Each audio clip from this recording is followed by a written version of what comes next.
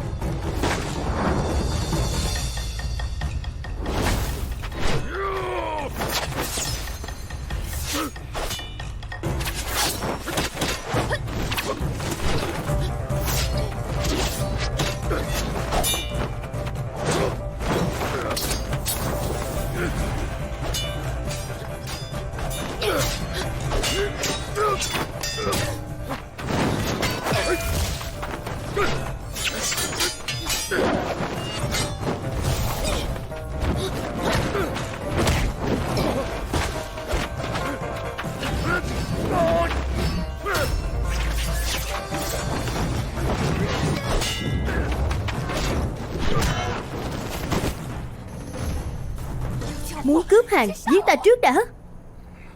Muốn chết à? Cô nương, để quên túi nước ở nhà trọ này. Truy mã. Cô ta đã ra khỏi nhà trọ của ngươi. Ai cướp được trước thì là của người đó. 300 lượng cứu mạng của cô làm không? Lúc nãy xem như tặng.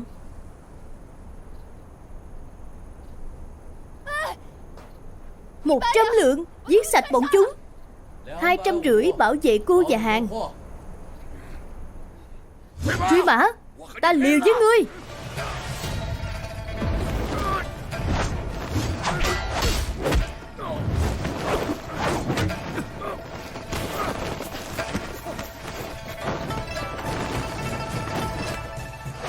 Kẻ ác miền Tây, Truy mã. Truy mã, mối thù này ta nhớ rồi đấy. Sớm muộn sẽ trả thù ngươi. Cút. Đi. Đi. Đi. Đi. Đi. Đợi đã. Đây là đường về nhà trọ Tây Hành. Cô còn đường nào khác để đi sao? Người cứu người dứt khoát cứu đến cùng. Đưa ta ra khỏi sa mạc đi. Nếu muốn sống sót ra khỏi sa mạc này thì đừng hòng mang đi bất cứ thứ gì. Ngươi cũng giống bằng cướp sa mạc kia, không phải là người tốt gì cả. Ta làm việc chỉ xem tình trạng, không phân tốt xấu. Rốt cuộc tại sao ngươi lại cứu ta? Nhà trọ Tây Hành thiếu một trưởng quỹ. Dựa vào đâu mà ta để ngươi có cả người lẫn tiền? Cô tự liệu mà làm đi. Đi. 1 năm sau, mãi đến khi có một cô gái kéo rương xuất hiện, một lần nữa gây nên một trận mưa máu gió tanh. Hết rồi. Cũng hết rồi. Cái này được đấy, cầm lấy. Không có gì cả.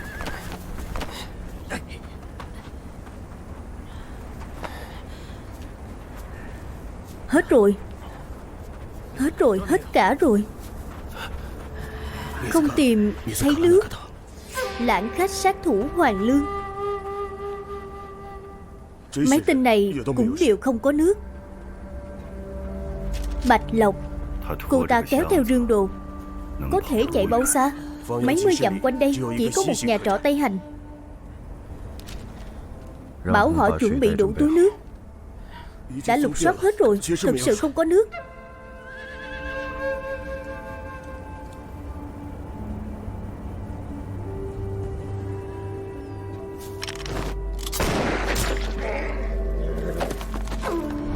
Đựng đầy máu vào.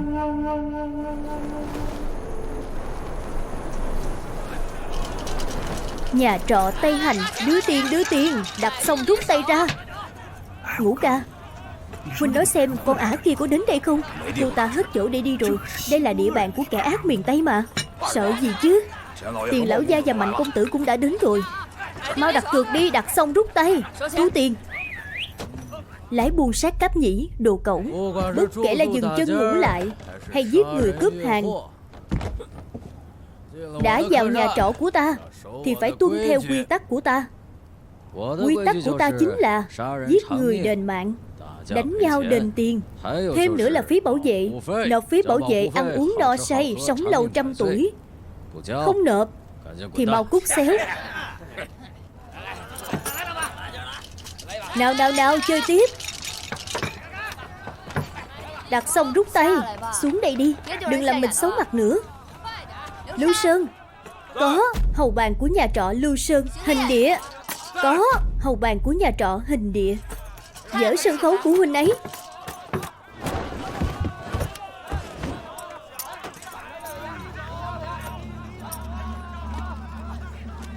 Tứ đại cao thủ của băng cướp sa mạc Tiền Bất Lậu. Sao hôm nay Tiền lão gia rảnh rỗi đến đây vậy? Đừng biết rõ mà còn hỏi. Mỗi lần về đều quá chén. Có thể đổi tiết mục khác không? Huynh ấy vẫn rầu trong lòng còn gì. Hiện giờ thu hoạch không tốt, tình thế biên lại xấu, đội buôn các nơi, quanh năm chẳng gặp được mấy lần.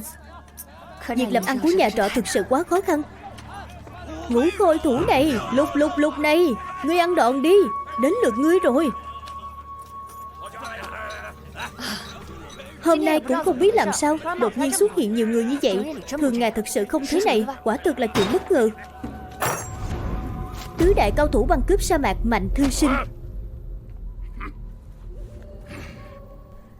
Tứ đại cao thủ băng cướp sa mạc Hùng Ngũ. Nếu truy mã còn không trả tiền, ta sẽ cho hắn biết thế nào là bất ngờ thật sự. Ông chủ Tiền gọi nhiều chó đến thế này, có đủ chia thịt không?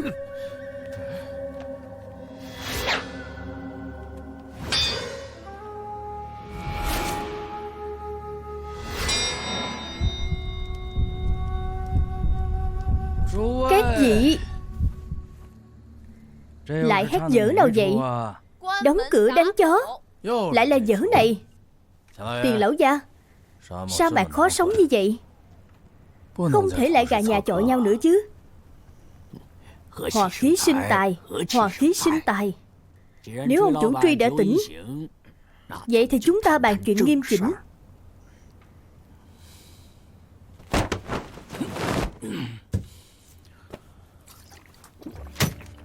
Tiền lương thực và giàu của các người mấy tháng trước vẫn chưa kết sổ đâu. Tháng trước lại lấy 5 con dê.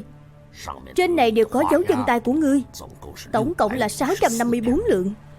Thực sự không phải là ta muốn ăn quỵt, quả thực không xoay nổi tiền. Đợi vào hạ, thương khách khởi sắc hơn. Tiền phải trả sẽ không thiếu một đồng nào. Hồi trước là ai nói nhà trọ Tây Hành chỉ buôn bán không ăn cướp? Là ta. Vậy bây giờ ngươi có khác gì ăn cướp không? Không chừa một đường sống như vậy, trực tiếp đóng cửa nhà trọ. Ta xem ông đi đâu phi tan dở hàng ăn cướp. Không trả tiền thì đập tiệm của ngươi. Ngươi đập thử xem. Nóng nảy như vậy, uống ngụm rượu hạ hỏa đi.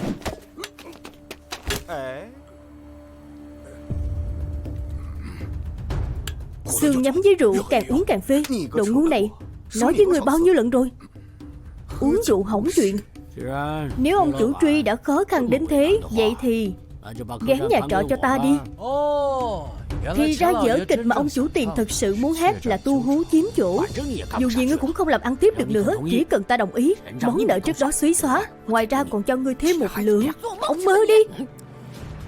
Ông để ta cân nhắc đã. Ta đi làm vài món nhắm rượu.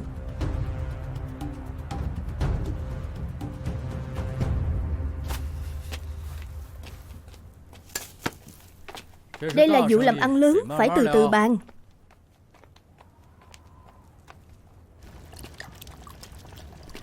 Cho thêm chút gia vị. Muội làm người có thể lịch sự chút không? Nhà trọ sắp bị kẻ khác chiếm rồi, còn giữ cư cái quy tắc của huynh à? Lão cáo già này chắc chắn có vấn đề. 3 người trong tứ đại cao thủ cướp sa mạc cũng ra mặt. Nhà trọ Tây Hành vẫn chưa có thể diện đến vậy đâu. Ta mặc kệ chúng đến vì cái gì. Kết cục của việc dòm ngó nhà trọ chính là bị chôn thay ở sa mạc. Trên cổ muội treo bùn cầu à? Ta... Đầu bếp nhà trọ Đao Hữu Thức.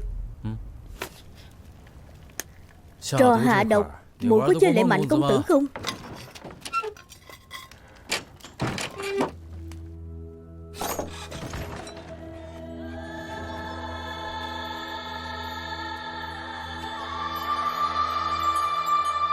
Tứ đại cao thủ băng cướp sa mạc Sa Vô Tình, Tiểu Nhị, 1 đĩa đậu phộng, 1 giò rượu hoa đào. Được.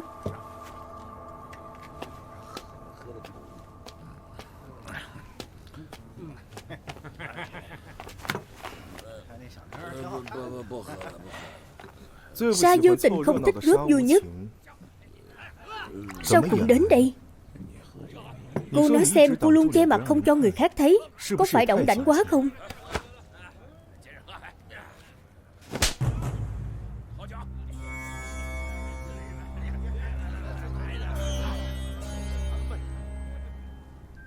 Cuối cùng cô cũng chủ động chạm vào ta rồi. Cút xéo. Được.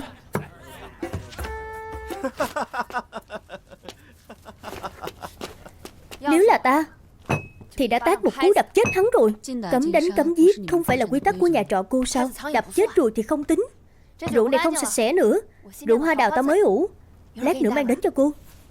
Tiểu Mang, có người phụ nữ kéo rương nào đến đây ở không? Phụ nữ kéo rương? Hiện giờ tứ đại cao thủ đến đông đủ rồi, có người treo thưởng. Chỉ cần mang rương đến nhà trọ Tây Hành thì có thể đổi lấy 5 thỏi vàng. Thì ra tiền bất lậu sợ chúng ta chặn đường tài lộc của ông ta. Ông ta tưởng gọi đông người đến thì làm được gì sao?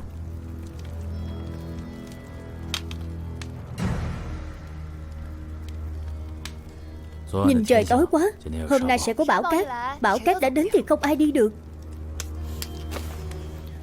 Vở kịch này không bình thường, phải làm theo kịch bản của chúng ta. Bé, bé, bé, bé, bé, bé, bé. Mở. Có rồi. Lão Tiền, ông thắng nhiều vậy rồi vét nổi không? Của ta hết. Khoan đã, làm gì đấy? Ván nào ông cũng thắng. Không phải ông ăn gian đấy. Dớ dẫn.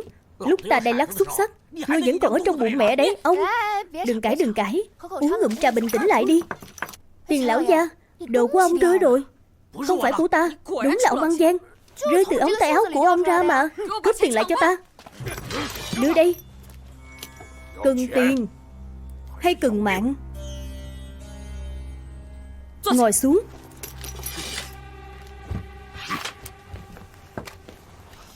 Cô không cần tiền nữa à? Chỉ chút xíu này còn không đủ ta mua con dê đâu. Mỹ Nhân, vậy chẳng lẽ cô đến để làm ăn lớn à? Không lớn, cùng lắm chỉ nuôi vài nghìn con dê mà thôi. Nếu không vì lạc đường đi nhầm vào sa mạc, ta đã về nhà ăn thịt dê từ lâu rồi. Ngươi làm gì đấy? Chơi gian thì phải phạt tiền. Phạt mẹ ngươi đấy. Mẹ ngươi không đáng tiền. Mũi mũi của ngươi thì còn bán được. Đồ đàn bà thối. Hôm nay đến làm chuyện lớn hả? Ngươi làm chuyện lớn gì vậy? Nói ra nghe xem nào.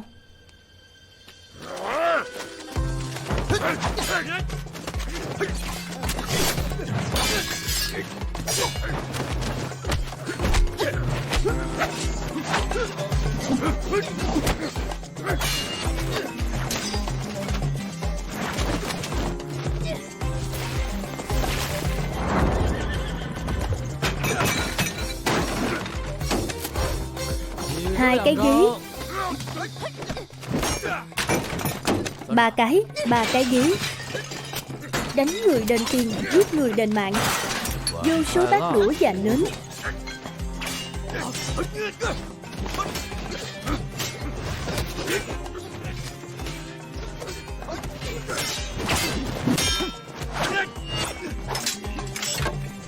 Ngay cả người già cũng đánh, đồ bất chính.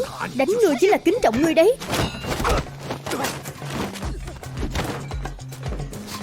Người thối thế, mấy ngày chưa tắm rồi. Ông đây không bao giờ tắm.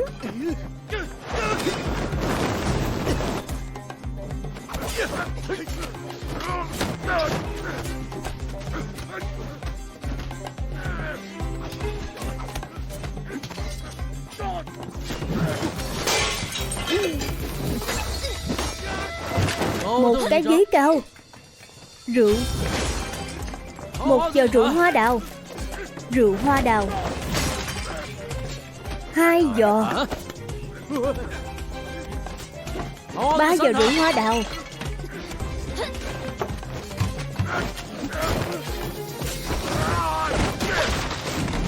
3 cái bàn ghế. 4 cái. 5 cái. 7, 8, 9, 10. Sao ồn ào quá vậy? Ồn lắm hả? 3 đánh 3 mới công bằng.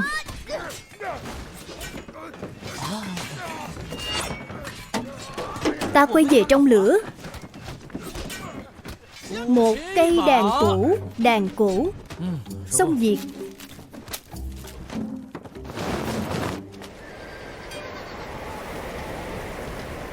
Đi. Đi. Đi. Đi. Đi. Đi. Đi. Đi. Đi. Tổng cộng 656 lượng. Tính lại đi. Tẩu thuốc của ta thì sao? Quạt của ta thì sao? Sao không tính? Tổng cộng 685 lượng. Vừa lòng chưa? Bảo bối của hai bọn ta chỉ đáng 1 lượng. Cây đàn cổ rách nát là của ngươi 30 lượng. Phải đấy. Kiệt tác của bậc thầy. Bậc thầy nào?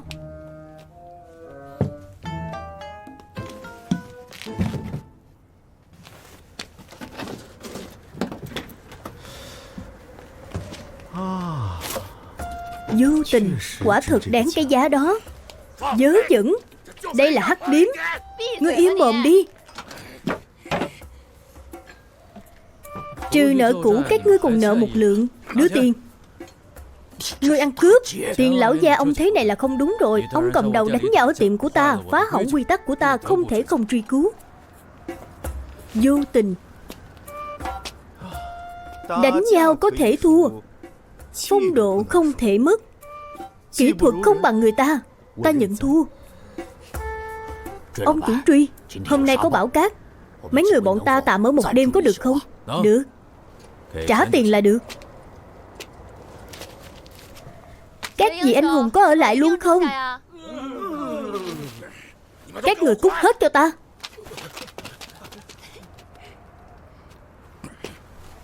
Hôm nay không làm ăn được nữa. Đóng cửa đi. Đóng cửa.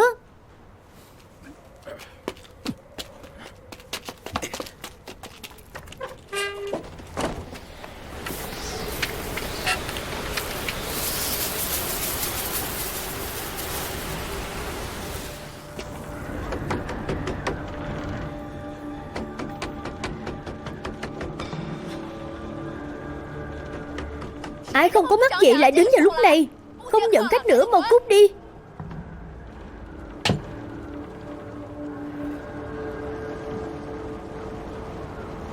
Mở cửa ra, bão cát đến rồi. Mau kéo vào.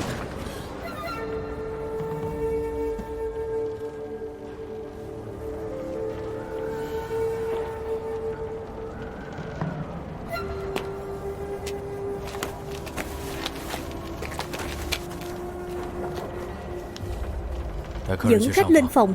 Được.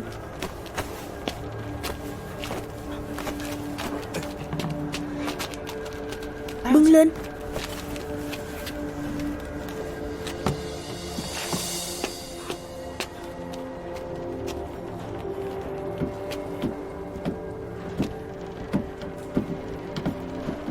Ngươi nói xem, là cái rương đó sao?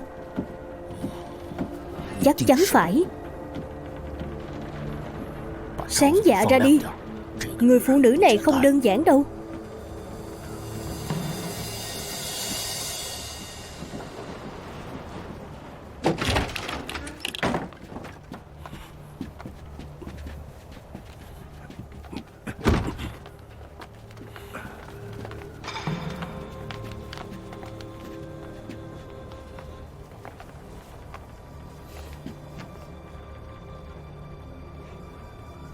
Nghỉ ngơi cho khỏe đi.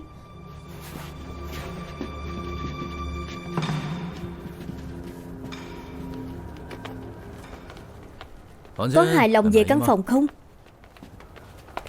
Nghe nói nhà trọ Tây Hành chỉ buôn bán không ăn cướp. Là thật chứ? Là thật. Cô nương ngất xỉu trước cửa nhà trọ. Chẳng lẽ có kẻ xấu truy đuổi? Người nói chuyện này làm gì? Cô xem nhé. Nhà trọ của ta không những phụ trách ăn ở, còn phụ trách bảo vệ. Phòng số 9 của cô là có cấp độ bảo vệ cao nhất. Cho hỏi cô nương có hài lòng không? Ta hài lòng. Cô nương muốn ở lại bao lâu? Bảo cát dừng là đi ngay. Tính cô 1 đêm. Có kiêng kỵ món gì không? Không. Cần bổ sung lương khô và nước không? Cần. Đồ gì cần ký gửi không? Không có. Tổng cộng là 30 lượng. Cô nương, Có ý kiến gì khác không? Thêm một thùng nước nóng. Nước nóng xem như tặng đi. Căn phòng này không giống như những phòng khác. Cô nương muốn ra ngoài thì kéo cái chuông trên đỉnh đầu, sẽ có người đến dẫn cô. Ta không ra ngoài, vậy càng tốt.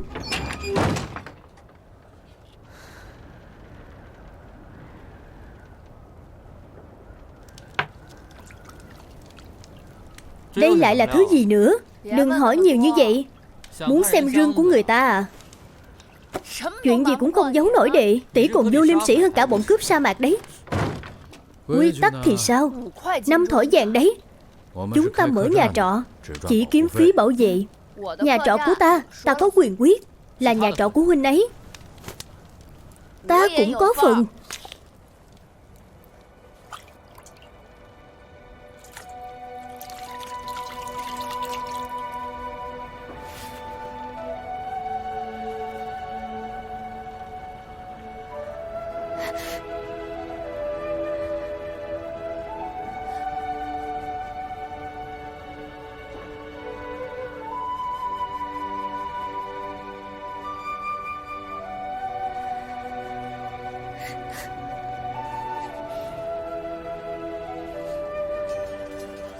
Con không đi. Lộc Nhi, đây là quân lệnh.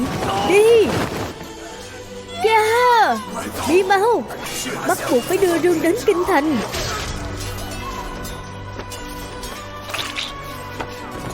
Cha.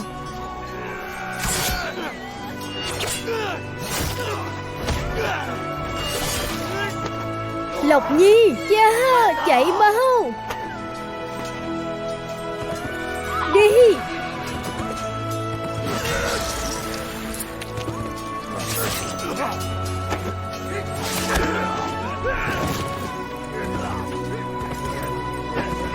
Đi, đuổi theo.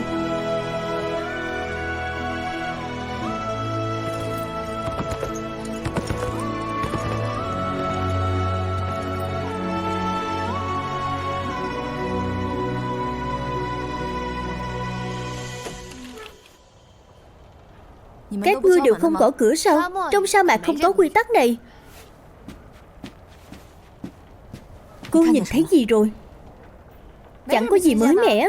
Hay là ta cũng cho cô xem nhé. Không cần. Ăn nhiều thịt dê tốt cho vết thương. Cảm ơn. Có chuyện gì thì cô rung chuông. Không rung cô cũng đến đấy thôi. Ta sợ tiếng chuông bé quá không nghe thấy. Vậy cô lấy thêm vài cái chuông đến đây. Ta đảm bảo sẽ làm cô nghe thấy. Được, ta cho cô rung đã đời. Còn nữa, bộ đồ này của cô không mặc được nữa. Ta lấy bộ mới cho cô. Dù gì dáng người hai chúng ta cũng không chênh nhau mấy. Nhớ mang thùng đi. Chuông reng lên, muội muội xem kìa. Ca ca ôm lấy muội.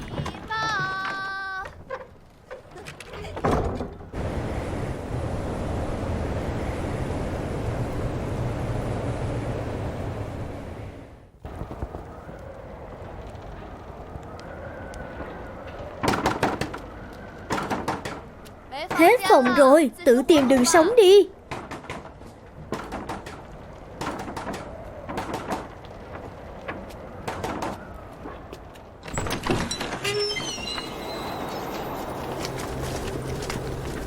Gõ cả nửa ngày mới mở cửa. Không làm ăn nữa à?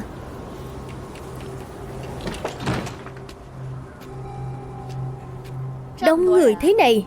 Hết phòng rồi. Bên ngoài bão cát lớn quá. Có chỗ dừng chân là được. Bão cát lớn thế này mà còn đi lại trong sa mạc. Xem ra có chuyện quan trọng. Bà chủ có mắt nhìn đấy. Đoàn buôn bọn tôi bị lạc một người. Phụ nữ xách theo một cái rương lớn. Không biết bà chủ có nhìn thấy không? Chở bọn ta vào Nam ra Bắc. Người xách theo rương đầy ra. Không để ý. Cô ta rất trẻ. Trông cũng rất đẹp.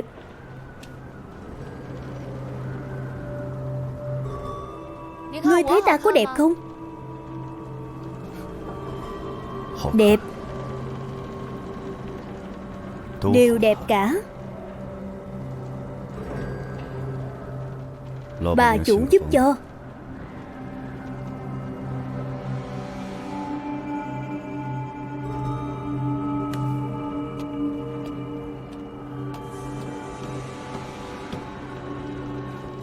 Chỉ còn một nhà kho thôi, thích thì ở.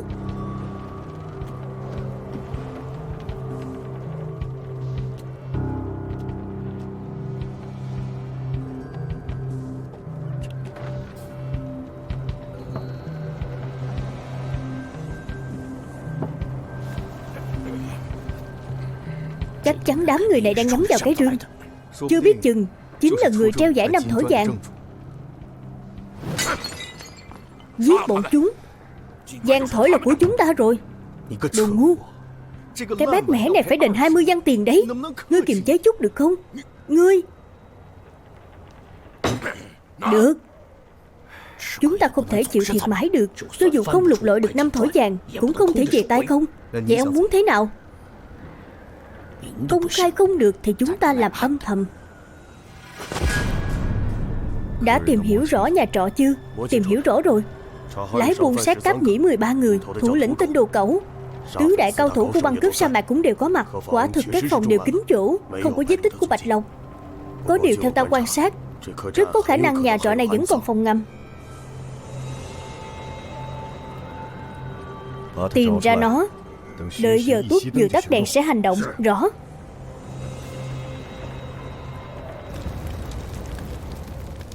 Cốt hoang tiêu tan, thành lũy đã bằng. Nhà Hán từng nói giao chiến. Tại đây oan hồn muôn cổ cứ sao vẫn còn. Mưa rơi gió thổi, nghe tiếng chiến chinh.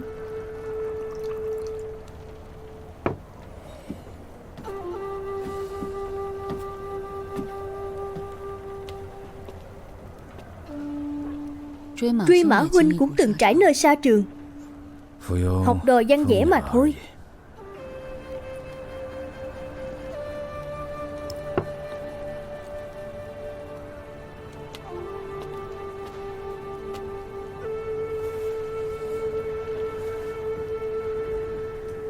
Sa mạc vô tình, người có tình, chi bằng cạn chén này. Được. Rượu đêm nay không tính tiền cô.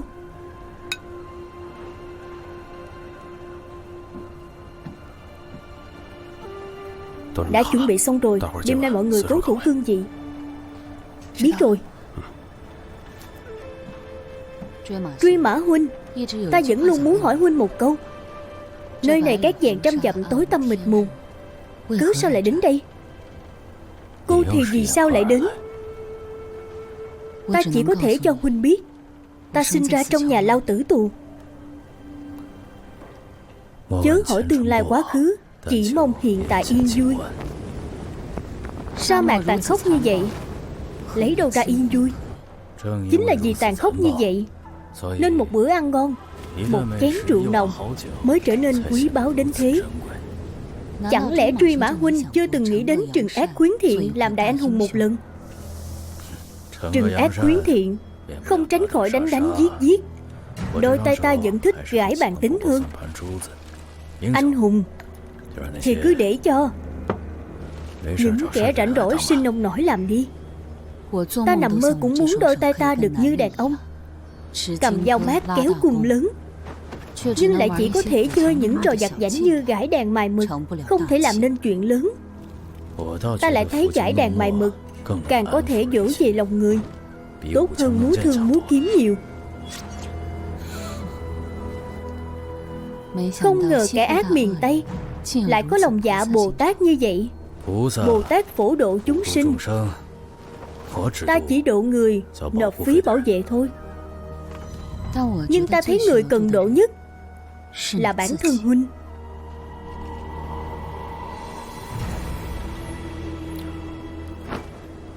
Chẳng mấy khi có đêm nay, gãi cho ta một khúc đi.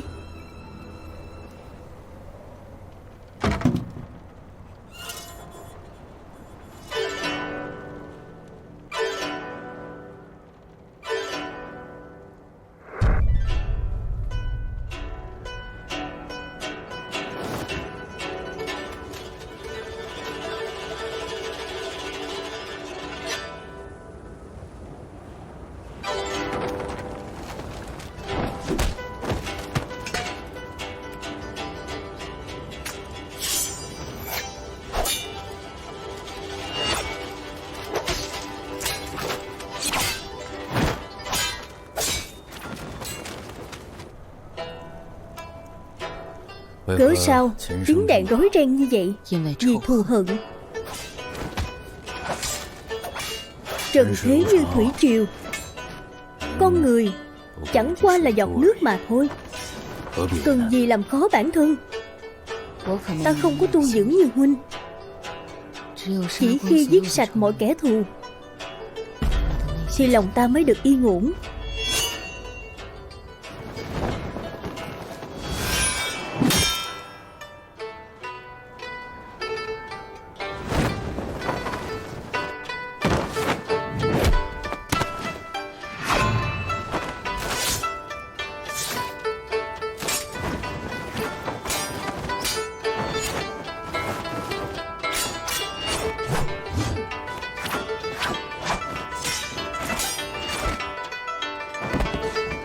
Ta thì thà rằng quên đi một số ân oán. Chưa chắc đã vậy. Sao nhìn ra được?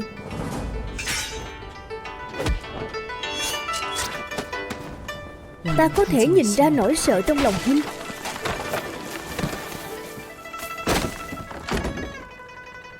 Ta sợ gì? Huynh phải hỏi bản thân huynh, là thứ gì khiến huynh quyết chí lãng quên? Nhưng từ đầu đến cuối vẫn không quên được. Bão cát ngoài kia thổi vào nhà trọ rồi. Bão cát càng lớn, bạc sẽ càng nhiều. Không dễ như vậy đâu nhỉ? Đúng là không dễ. Vì vậy không thể uống rượu nữa. Nhưng cái này thì được. Mỗi ngày một hạt kỷ tử, thầy Lang tránh xa cung.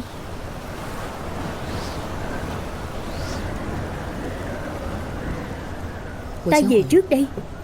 Ngủ ngon. Ta không bao giờ ngủ.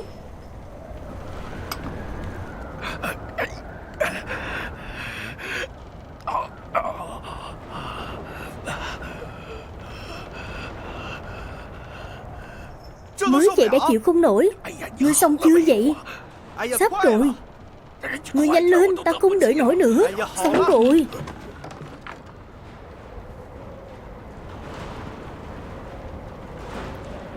Hai vị có nhã hứng quá. Người tránh ra cho ta. Cửa cũng không gõ. Đồ thô lỗ nhà ngươi. Sớm muộn gì ta cũng đốt hắc điếm của ngươi. Ông chủ Truy, không cần so đo với gã thô lỗ kia. Không đâu, hắn chưa lấy đồ đi. Nghĩa là sao? Làm sao lấy đồ đi thì đưa về như thế. Nếu không, ta khiến ngươi không sinh được con trai. Từ lúc nào mà con trai ta đến lượt ngươi quản? Ta cứ muốn quản thì sao? Chúng ta đừng như vậy. Trong nhà ta có một bầy phụ nữ phải nuôi nữa. Hay thế này đi, đồ và phụ nữ ta đều chia cho ngươi một ít. Có lớn bằng này không?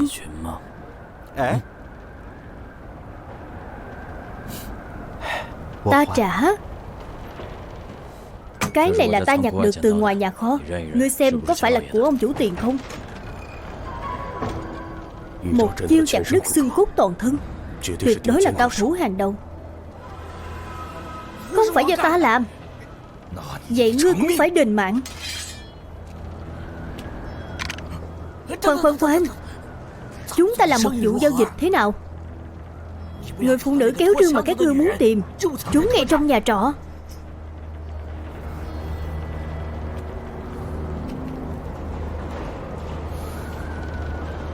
Nói tiếp đi.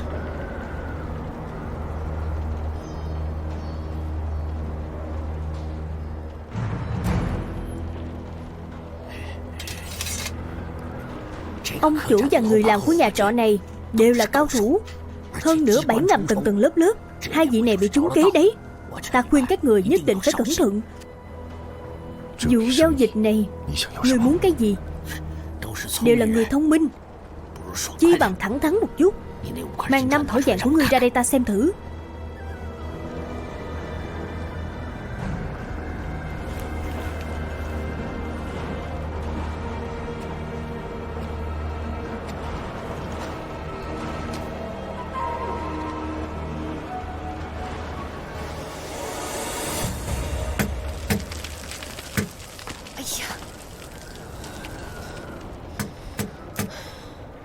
Để nói xem truy mã có gì để nói với cô gái kia chứ. Thành ra thế này thì cũng phải cho người ta một lời giải thích. Nhớ để những người khác trong nhà trọ biết. Sau này sẽ không tốt cho thanh danh chúng ta. Thanh danh một mình huynh ấy còn hơn mấy người chúng ta. Đại ca nói ai cũng không được động vào cái rương này. Ta chỉ muốn xem thử rốt cuộc trong này có gì thôi. Vậy cũng không được. Tỷ phải được đại ca đồng ý đã. Có phải huynh ấy đánh rắm đệ cũng thấy thơm không? Nếu nhà trọ này sập, ta xem thử huynh ấy đi đâu làm đại ca. Dù gì đại ca cũng nói rồi, chúng ta không làm cướp. Không làm cướp.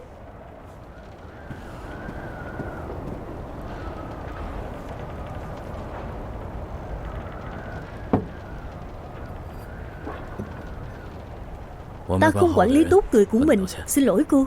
Chuyện trộm đồ ngay trong tiệm mình mà truyền ra ngoài, kẻ ác miệng tay nhà ngươi cũng đừng hòng kiếm ăn nữa.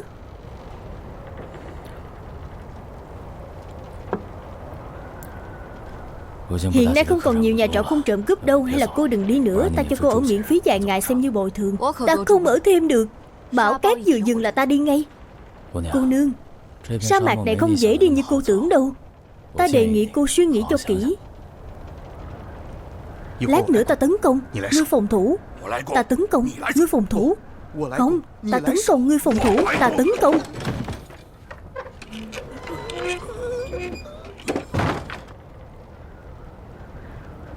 Sao ông về rồi? Bọn ta đang định đi cứu ông đây. Phải đó, bọn giặc oa này không dễ đối phó đâu. Giặc oa? Vậy kẻ treo giải nằm thỏi vàng có phải bọn chúng không? Không phải, bọn chúng không cần rương, chỉ cần người. Nếu chúng ta không giao người ra e rằng khó mà giữ mạng. Ta đi giết hết bọn chúng. Đừng mơ nữa chúng có súng. Súng? Vậy chúng ta còn đợi gì nữa? Mau chạy thôi, không kịp nữa. Chúng mai phục ở ngoài cửa rồi. Ai bước ra thì xử người đó, không chạy được đâu.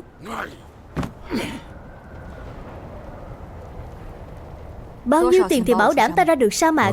Bao nhiêu tiền cũng không đảm bảo được, trừ phi cô để lại cái rương. Nếu ta không để lại thì sao? Ở đây ta có thể bảo vệ cô an toàn, nhưng ra khỏi cánh cửa này thì sao? Dựa vào bản thân ta. Cô đã trở thành mục tiêu của sa mạc này rồi. Cô có biết cô phải đi qua bao nhiêu cửa ải không? Ta không quan tâm. Một cô nương rất tốt, nhưng đáng tiếc đầu óc không lanh lợi.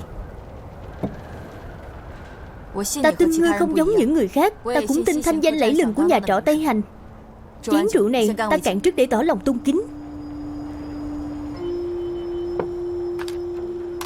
Đợi chút. Căn phòng của cô không ở được nữa. Cô cứ ở lại đây, ngủ một giấc thật ngon. Bão cát dừng thì ta gọi cô. Không được. Đây là phòng huynh, dựa vào đâu mà cho cô ta ở? Ở trên đây chỉ có 2 phòng. Cô ấy chỉ có thể ở lại đây. Ta bảo quản đồ đạc giúp cô. Không được. Ta lấy tính mạng ra bảo đảm không mất được đâu.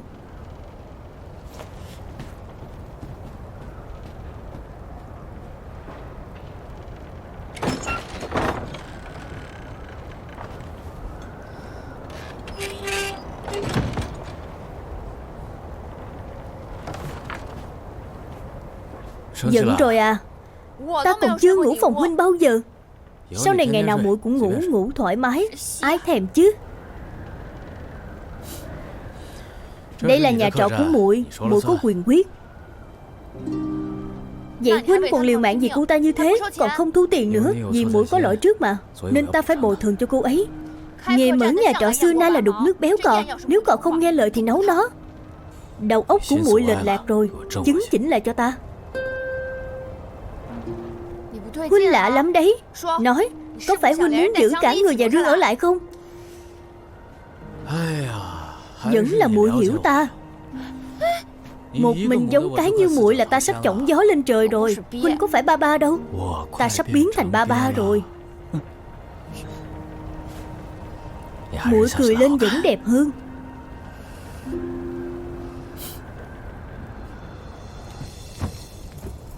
Đã đổi chăn đệm mới cho cô rồi.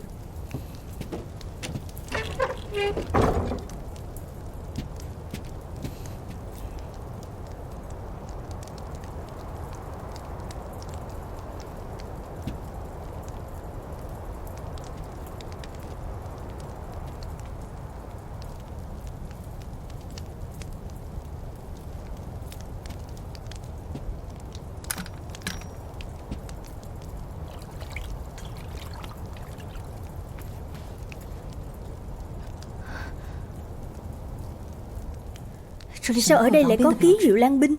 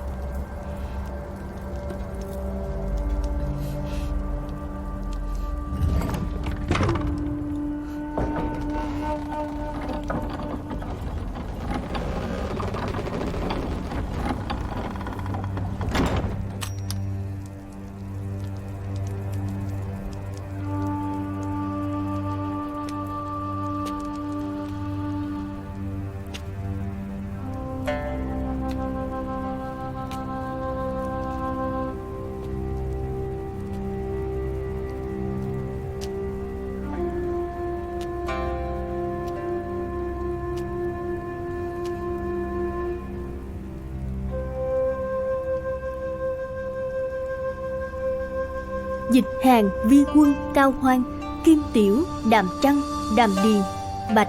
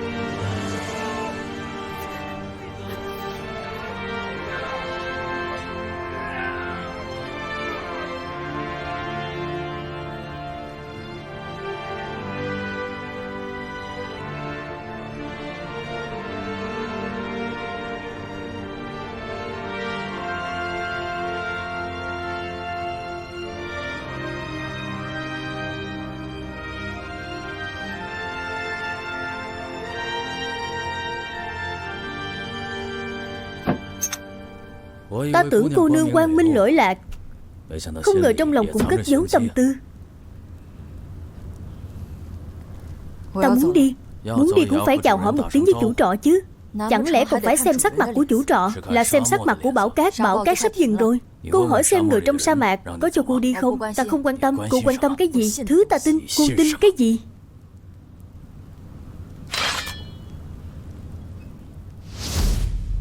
Bạch. Bạch.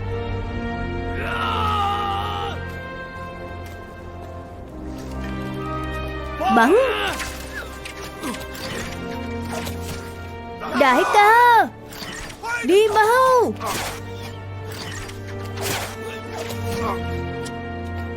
Đại ca, đi mau.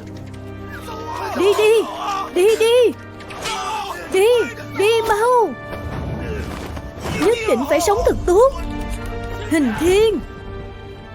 Hình Thiên, đi. Hình Thiên.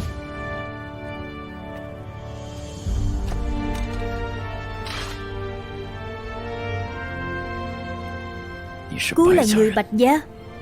Bạch Chứng Bang là cha ta. Bạch Chứng Bang đang ở đâu? Bạch Chứng Bang đang ở đâu? Ông ấy đã chết rồi. Sau khi cha ta tiêu diệt Lang binh, mới nhận ra là bị kẻ khác lợi dụng. Ông ấy đã một lòng muốn lật lại vụ án cho Lang binh, nhưng bị kẻ gian gài bẫy xung quân đánh cắp mật vệ. Ta không tin. Ta có thể giao mạng của ta cho ngươi, nhưng chiếc rương nhất định phải được đưa đến kinh thành. Ngươi hứa đưa rương đi cho ta, ngươi có thể lấy mạng ta bất cứ lúc nào.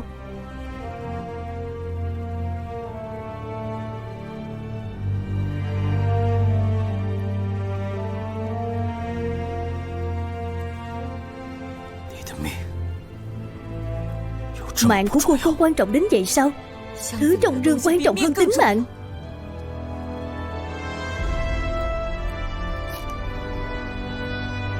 Đây là thư viết tay của cha ta. Trong thư viết rõ ràng ràng chuyện Lang binh bị mưu hại năm xưa. Nó sẽ được trình lên hoàng thượng cùng với đại bác mẫu.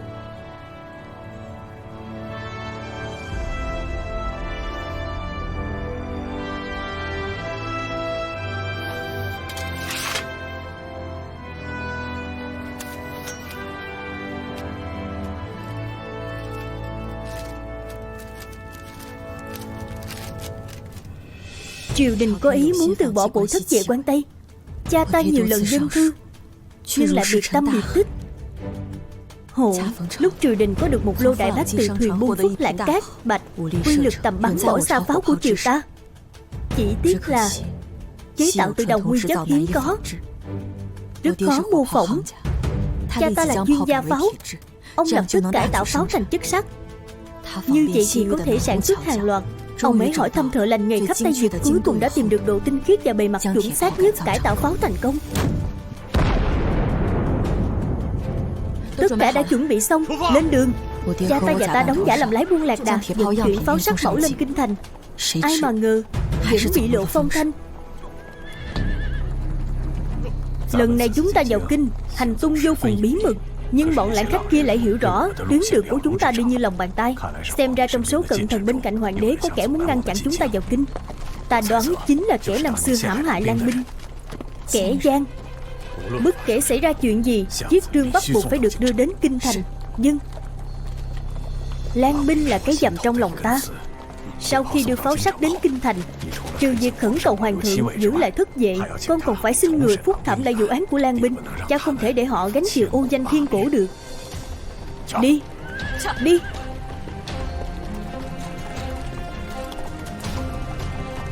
Thế đạo này phải trị, không trị thì đáng lo.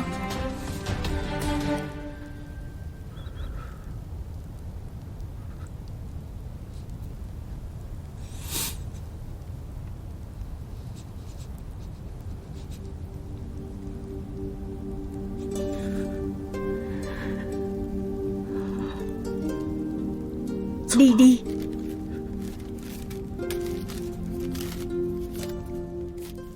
Đi. Lý Chí Côn, Dương Ngũ, Di Quân. Khoan đã.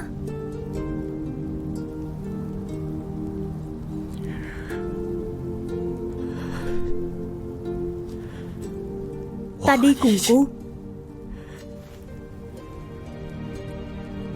Ngươi nghĩ kỹ chưa? Lý Chí Côn, Dương Ngũ, Di Quân.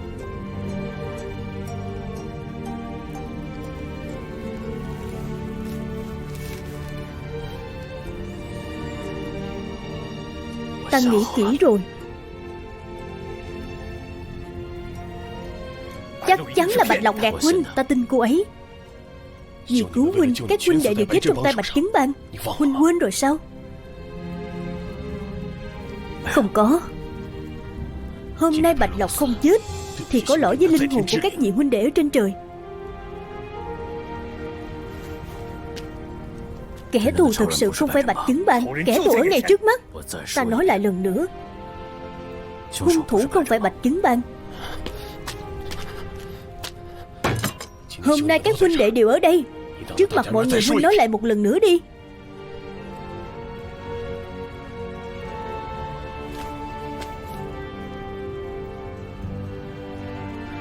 Các huynh đệ, ta phải đưa Bạch Lộc lên kinh.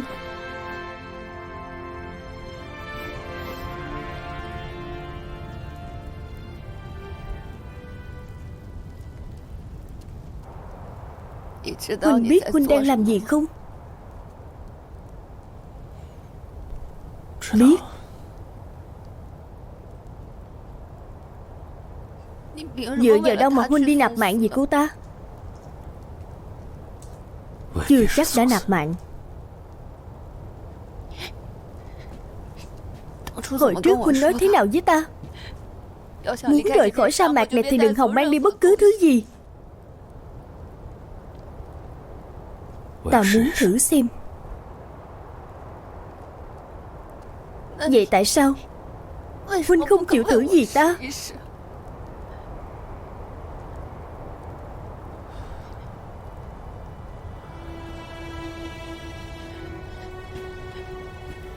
Tại sao lại là cô ta? Người khiến huynh có thể xả thân tại sao không phải là ta? Nếu muội như vậy ta cũng sẽ làm thế.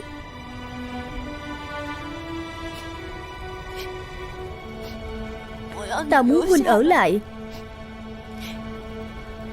cùng mở nhà trọ với ta không tốt sao?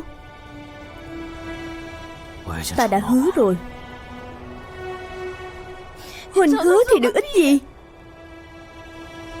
Huynh là kẻ ác miền Tây, không phải là đại hiệp miền Tây. Trước kia ta cũng nghĩ vậy, nhưng bây giờ ta nghĩ con người phải tin vào chút gì đó. Huynh đừng đi được không vậy? Huynh đừng đi được không? Xin lỗi.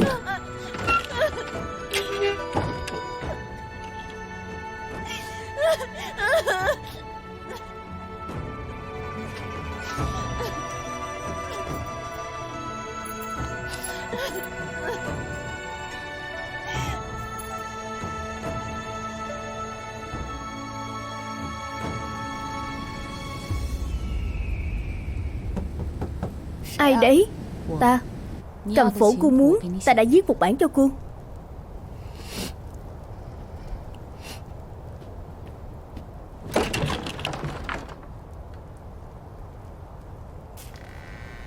Cô khóc à? Không có.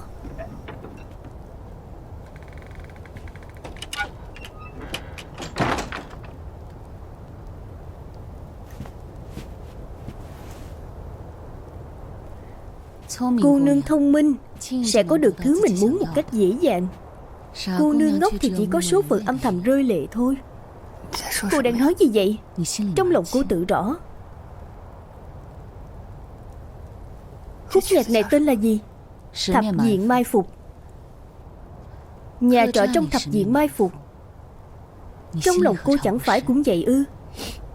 Cô đừng nói bóng nói gió nữa. Truy Mã thích nghe đàn thì cô học. Truy Mã thích uống rượu thì cô ủ. Cô chỉ sống vì huynh ấy, không đau lòng vì huynh ấy mới là lạ. Đừng nói nữa. Nếu ta là cô thì ta đã giữ chặt người đàn ông mình thích rồi. Ta không biết làm cách nào. Cách thì vẫn có đấy. Chỉ cần tiêu diệt mầm họa.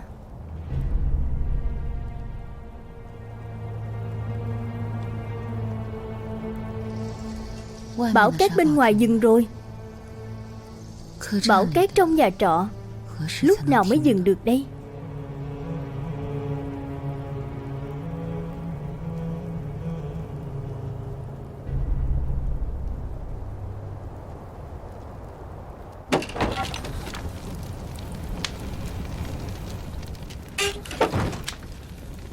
Hình địa, ngươi làm gì vậy? Giết Bạch Long. Ta bảo hắn làm như vậy đấy. Đại ca sẽ không đồng ý đâu. Hắn không còn là đại ca của chúng ta nữa. Ngươi nói xàm. Tiểu Mang tỷ, hai chúng ta đều được đại ca nhặt về từ sa mạc. Không có huynh ấy chúng ta đã mất mạng từ lâu. Bây giờ tỷ làm thế này là muốn ta đang giúp huynh ấy quay đầu là bờ. Chẳng lẽ để muốn nhìn huynh ấy đi nạp mạng thật sao?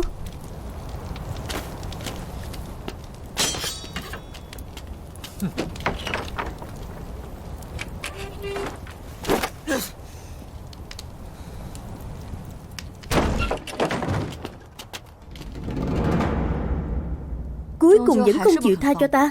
Ta hỏi cô, cho dù cô biết Truy Mã là Lang binh, cô cũng có thể không để lộ thân phận. Có phải cô đang cực huynh ấy sẽ giúp cô không? Giết cô! Dừng tay!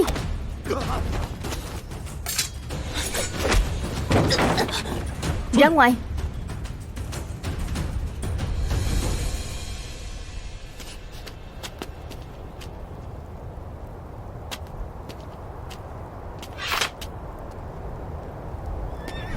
Tiểu Mang! Tiểu Mang!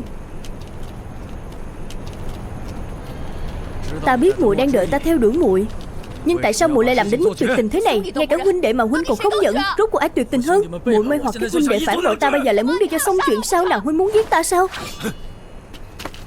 Mau bỏ đao xuống!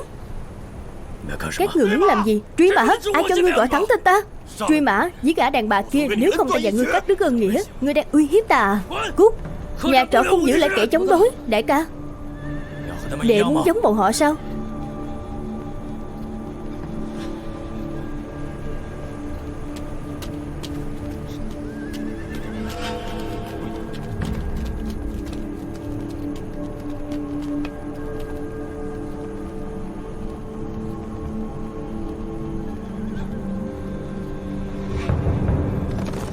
Đi. Nhà trọ Tây Hành. Đi. Đi.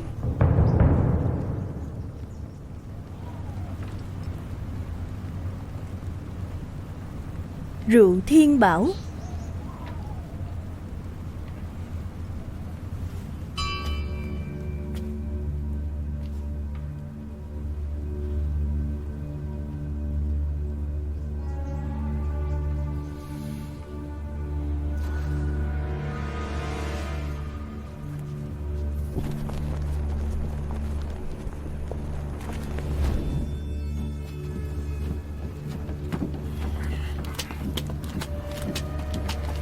Tiểu nhị, đến đây.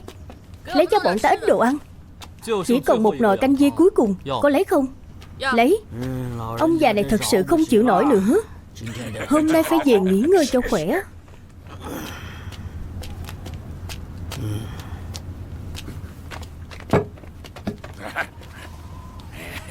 Ngươi làm gì đấy? Người già ăn trước, đừng cãi nữa. Ở đây ta lớn tuổi nhất, ta phải ăn trước. Dựa vào đâu? Dựa vào cái này.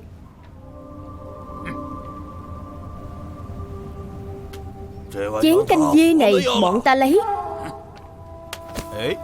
Canh này ngươi không ăn được. Dựa vào đâu mà nói bọn ta không ăn được? Ăn được cũng không có phần ngươi. Phải biết thứ tự trước sau.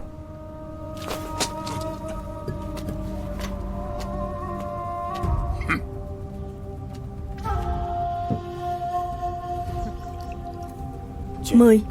Ngươi cũng ăn đi. Dân.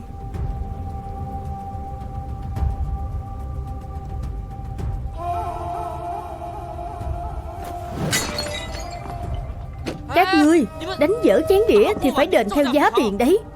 Ông chủ của các ngươi đâu? Gọi hắn ra đây. Một cái chén 20 văn tiền. Rượu hoa đào. Ghi vào sổ nợ cho họ. Được. Tiền chén ta có thể đền, nhưng người của ta không còn. Ngươi đền thế nào đây? Người không còn. Đi đâu? Mất rồi. Trong nhà trọ xảy ra án mạng. Tất cả mọi người đều không được rời khỏi đây.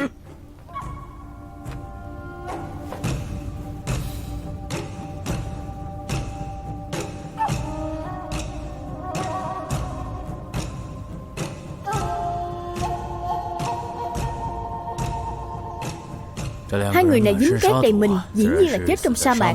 Không ở trong nhà trọ của ta, tất nhiên không liên quan đến ta. Cho dù không chết trong nhà trọ, cũng chắc chắn liên quan đến nhà trọ của ngươi. Gọi tất cả mọi người ra đây, ta phải hỏi cho kỹ. Chỗ ta có 3 người bỏ đi rồi, bây giờ chỉ còn lại 2 bọn ta. Người của ta đều ở đây. Bọn ta chỉ giết dê, không giết người. Vẫn còn một người. Đừng trốn nữa.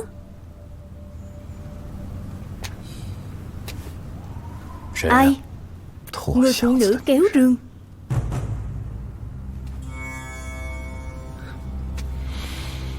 Sao hả?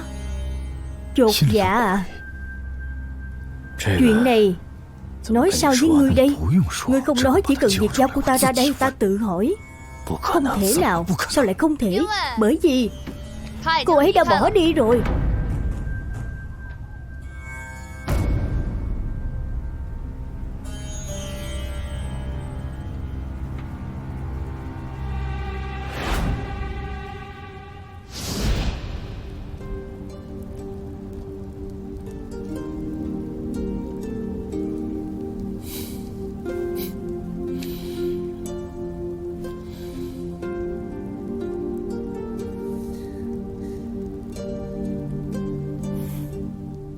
Đại ca tự tay nấu, mọi người có lộc ăn rồi. Đại ca, chén rượu này mời huynh. Huynh đệ xin lỗi huynh. Bọn ta không tin Bạch Lộc, bọn ta tin huynh.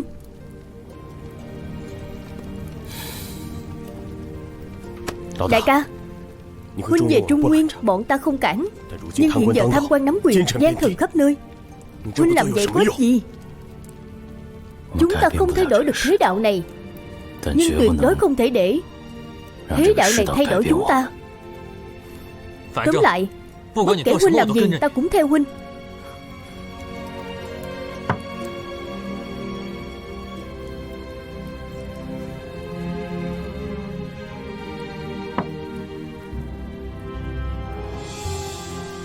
Năm xưa giặc oa vào thôn chúng ta, ta nói giết, các đệ cùng làm lang binh với ta.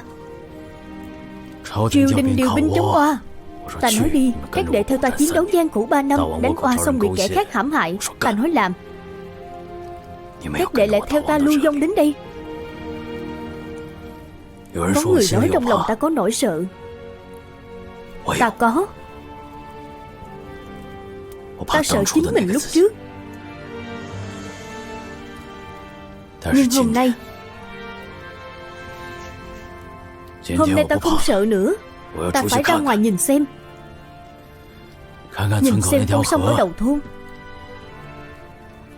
nhìn xem người thân của các huynh đệ, nhìn xem kẻ thù hại chúng ta trông như thế nào.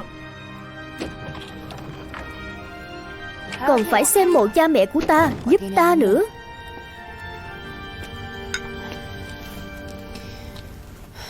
Ta vừa quan sát một lượt, đám người trong nhà kho trông chừng ngoài nhà trọ, băng cướp sa mạc trông chừng trong nhà trọ. Nếu muốn đưa Bạch Lộc và Chiết Trương ra ngoài an toàn, ta có một cách. Cách thì để sau hẳn nói. Ta có chuyện muốn nói riêng với muội.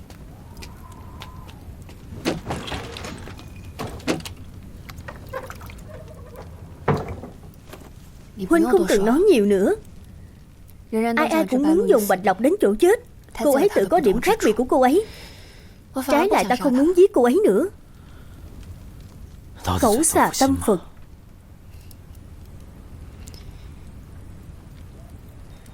Ta không muốn huynh đi làm đại hiệp, vì đại hiệp thuộc về những người trong thiên hạ, còn huynh nên thuộc về ta.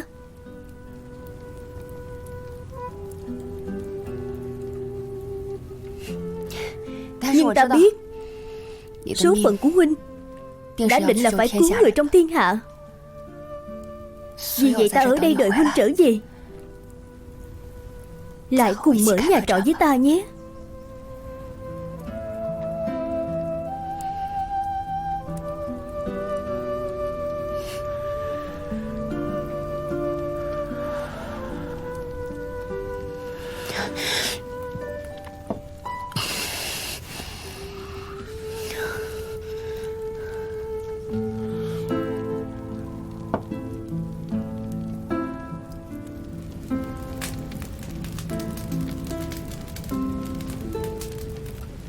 Đi, đi, đi, đi, đi, đi,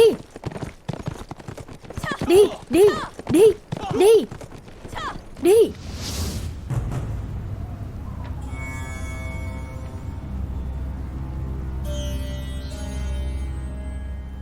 Ngươi chọc nhầm người rồi. Tả thông thủ.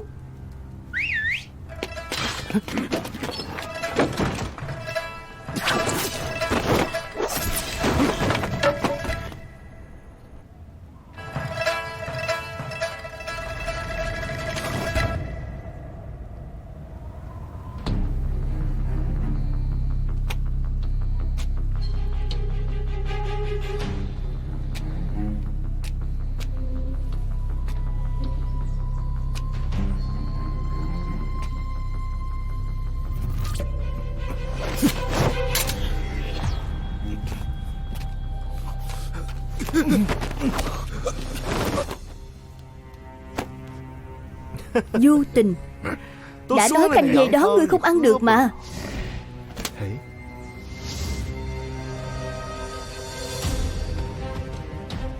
Nhà trọ không sát sanh. Nói ai cử các ngươi đến?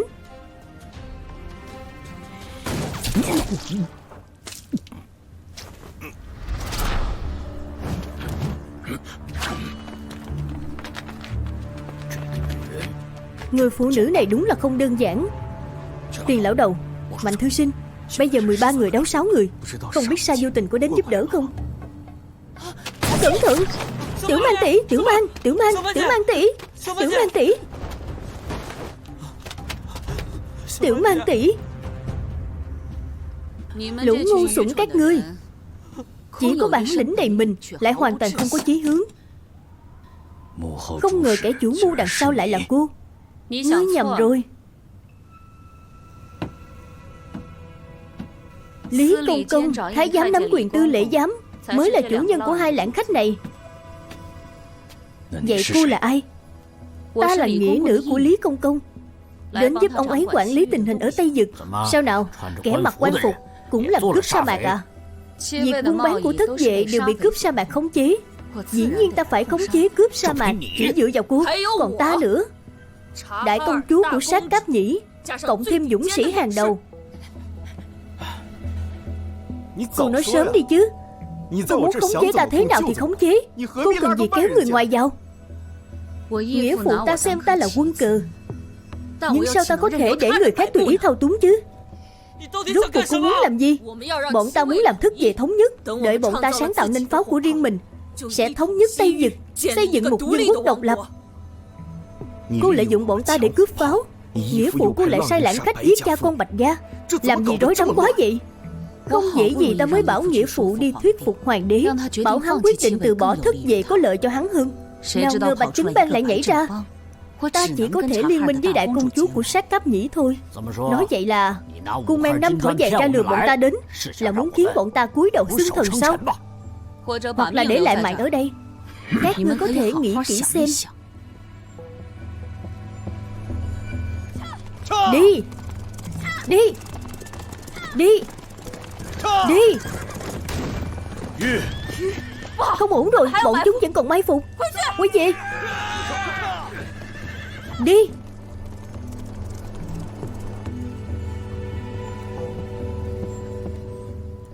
Bọn ta nghĩ kỹ rồi. Chúng ta nghĩ kỹ rồi. Kỹ rồi. Viện binh của chúng ta đến rồi. Tiểu Mang! Tiểu Mang! Tiểu Mang tỷ! Tiểu Mang đến đúng lúc lắm. Một tên cũng không tha. Ra tay! Được!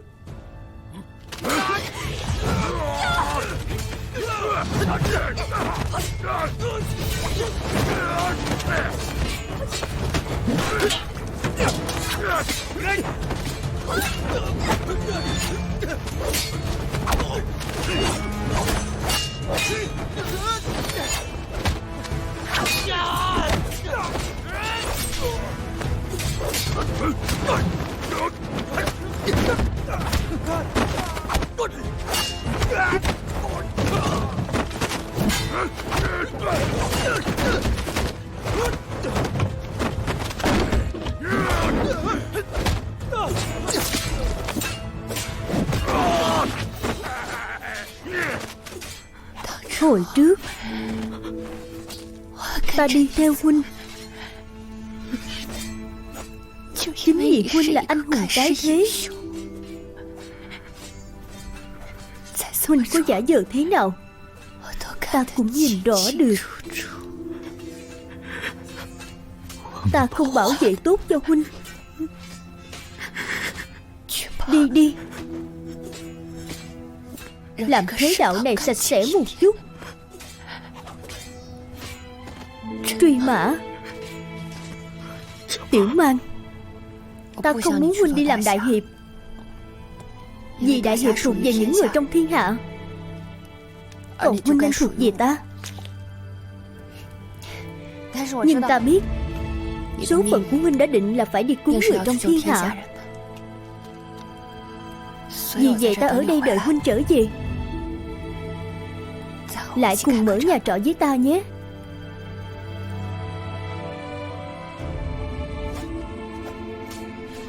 Tiểu Mang,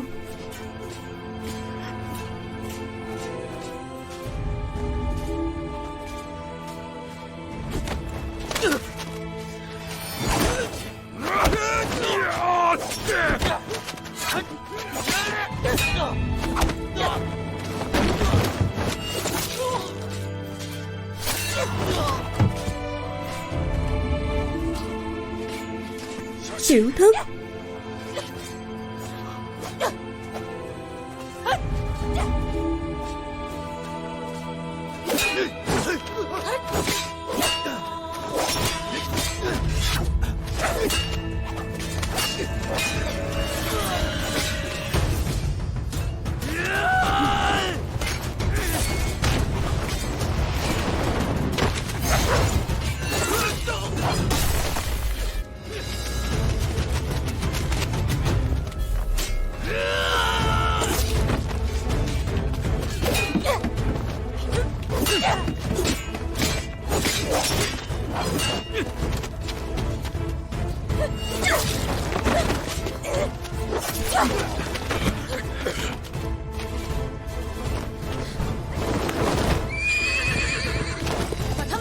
bọn chúng. Rõ. Quay lại đây. Cô không cần mạng nữa à? Đồ ở trên ngựa. Nếu muốn ra ngoài chỉ có thể đợi chúng cạn kiệt thuốc súng. Nhưng phải làm sao mới ép chúng dùng hết đây?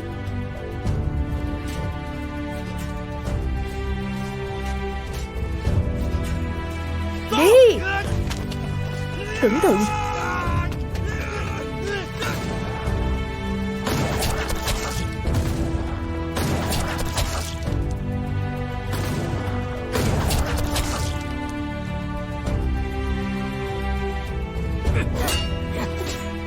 Đại Mạc thuộc về bọn ta, há có thể để người ngoài dở thói ngang ngược. Hùng Ngũ. Hùng Ngũ.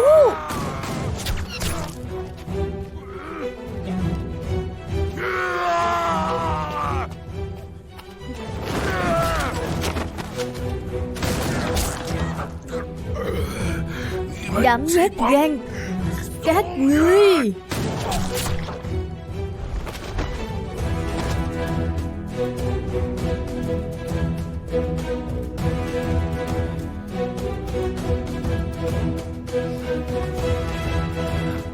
Lão Tiền, giao cho đàn bà trong nhà giúp ta.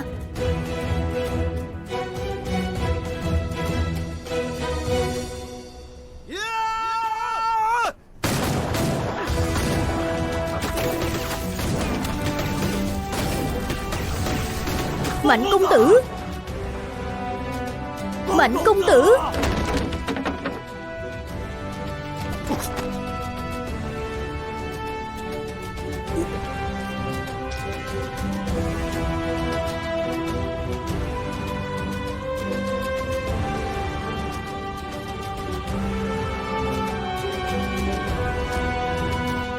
Vô tình.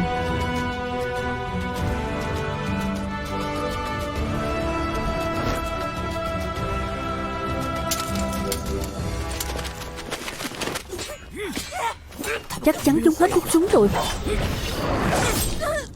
Các người đi theo sau lưng ta. Đợi lát nữa chúng ta tấn công ra ngoài. Bạch Lộc.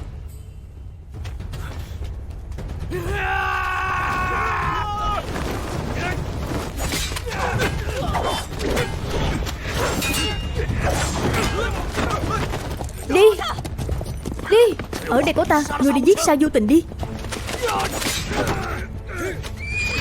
Đi. Đi. Đi. Đi.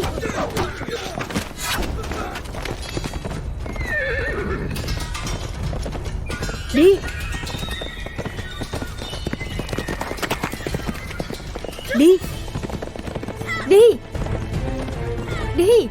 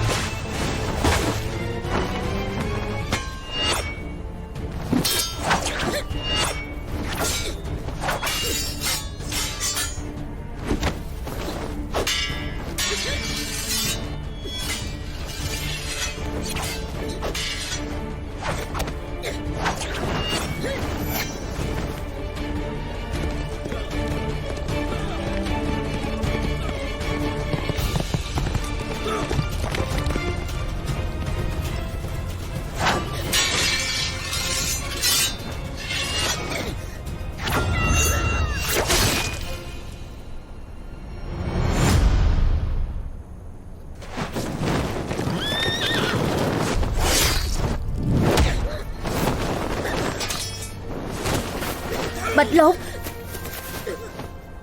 Bạch Lộc.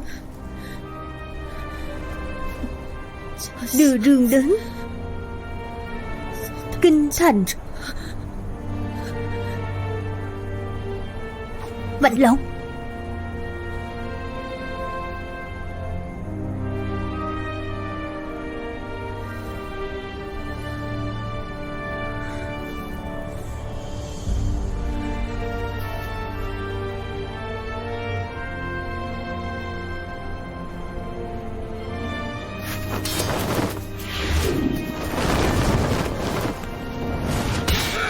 Ngươi chỉ có cái vỏ nam nhi, lại không hề có khí phách nam nhi. Chết không đáng tiếc.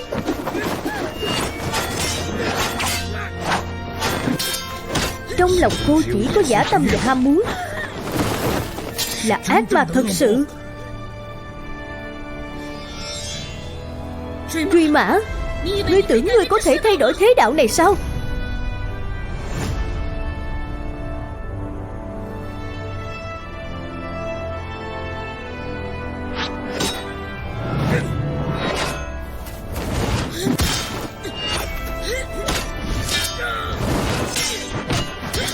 Thay đổi được hay không ta không quan tâm, nhưng quyết không thể để hạng người như cô đạt được âm mưu.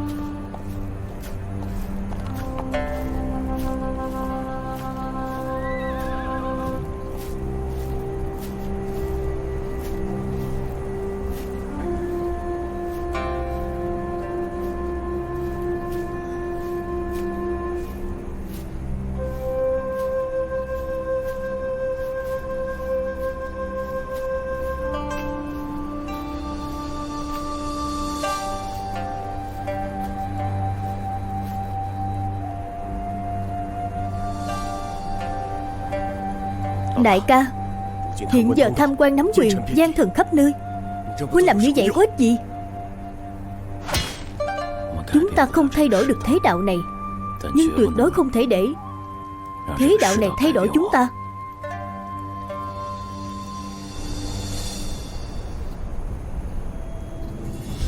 Tiền lão gia, nhà trọ đành tặng cho ông đấy. Ông chủ Truy, bây giờ đi hướng nào đây? Kinh thành. Nếu chuyến đi này không trở về được thì tính sao? Vậy thì một đi. Không trở về. Đi. Đi. Đi. Đi. Đi.